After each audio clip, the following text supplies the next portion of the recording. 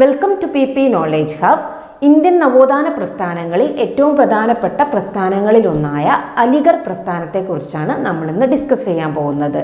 19-ാം നൂറ്റാണ്ടിലെ ഇന്ത്യയിലെ ഏറ്റവും പ്രമുഖരായ മുസ്ലിം സാമുദായിക പരിഷ്കർത്താക്കന്മാരിൽ ഏറ്റവും പ്രധാനപ്പെട്ട പരിഷ്കർത്താക്കളിൽ ഒരാളായിരുന്നു സർ സയ്യദ് അഹമ്മദ് ഖാൻ. സർ സയ്യദ് അഹമ്മദ് ഖാൻ 1875 അലിഗഡ് പ്രസ്ഥാനം സ്ഥാപിക്കുന്നത്. അപ്പോൾ ഏതു വർഷമാണ് അലിഗഡ് പ്രസ്ഥാനം സ്ഥാപിച്ചത്? 1875 അലിഗഡ് പ്രസ്ഥാനം സ്ഥാപിക്കുന്നത്. ആരായിരുന്നു അലിഗഡ് പ്രസ്ഥാനം സ്ഥാപിച്ചത്? സർ സയ്യദ് അഹമ്മദ് ഖാൻ. കോൺഗ്രസ് ആയുധമെടുക്കാതെ ആഭ്യന്തര കലാപം നടത്തുകയാണ് എന്ന് പറഞ്ഞത് ഇദ്ദേഹമായിരുന്നു.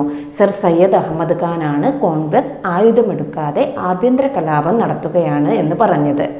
കോൺഗ്രസിൽ ചേരരുത് എന്ന് മുസ്ലിങ്ങളെ ഉപദേശിച്ച സാമൂഹിക പരിഷ്കർത്താവായിരുന്നു സർ സയ്യദ് അഹമ്മദ് ഖാൻ.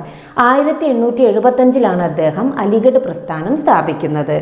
1875 അദ്ദേഹം അലിഗഡിൽ മുഹമ്മദൻ ആംഗ്ലോ ഓറിയന്റൽ കോളേജ് സ്ഥാപിച്ചു. പിന്നീട് ഇത് അലിഗഡ് മുസ്ലിം സർവകലാശാലയായി മാറി.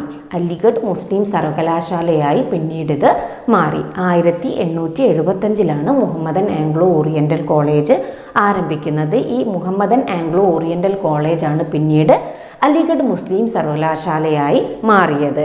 പാശ്ചാത്യ ശാസ്ത്ര ഗ്രന്ഥങ്ങൾ ഉറുദു ഭാഷയിലേക്ക് ട്രാൻസ്ലേറ്റ് ചെയ്യുന്നതിന് വേണ്ടി അദ്ദേഹം 1862 സയന്റിഫിക് സൊസൈറ്റി സ്ഥാപിച്ചു.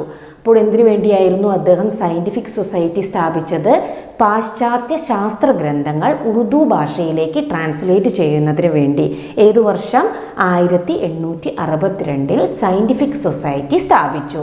യുണൈറ്റഡ് ഇന്ത്യ പാട്രിയോട്ടിക് അസോസിയേഷൻ സ്ഥാപിച്ചത് ഇദ്ദേഹമായിരുന്നു.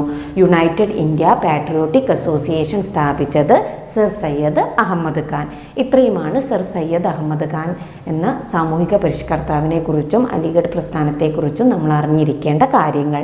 ഇന്നെടുത്ത കാര്യങ്ങൾ എല്ലാവർക്കും മനസ്സിലായിട്ടുണ്ടെന്ന് കരുതുന്നു. ക്ലാസ് ഇഷ്ടപ്പെട്ടിട്ടുണ്ടെങ്കിൽ എല്ലാവരും ലൈക്ക് ചെയ്യുക, ഷെയർ ചെയ്യുക, സബ്സ്ക്രൈബ് ചെയ്യുക. പുതിയ നോട്ടിഫിക്കേഷനുകൾ കിട്ടുന്നതിന് വേണ്ടി തൊട്ടടുത്തുള്ള ബെല്ലൈക്കൺ ക്ലിക്ക് ചെയ്യുക. അതിൽ ഓൾ ബട്ടൺ പ്രസ് ചെയ്യാൻ മറക്കരുത്.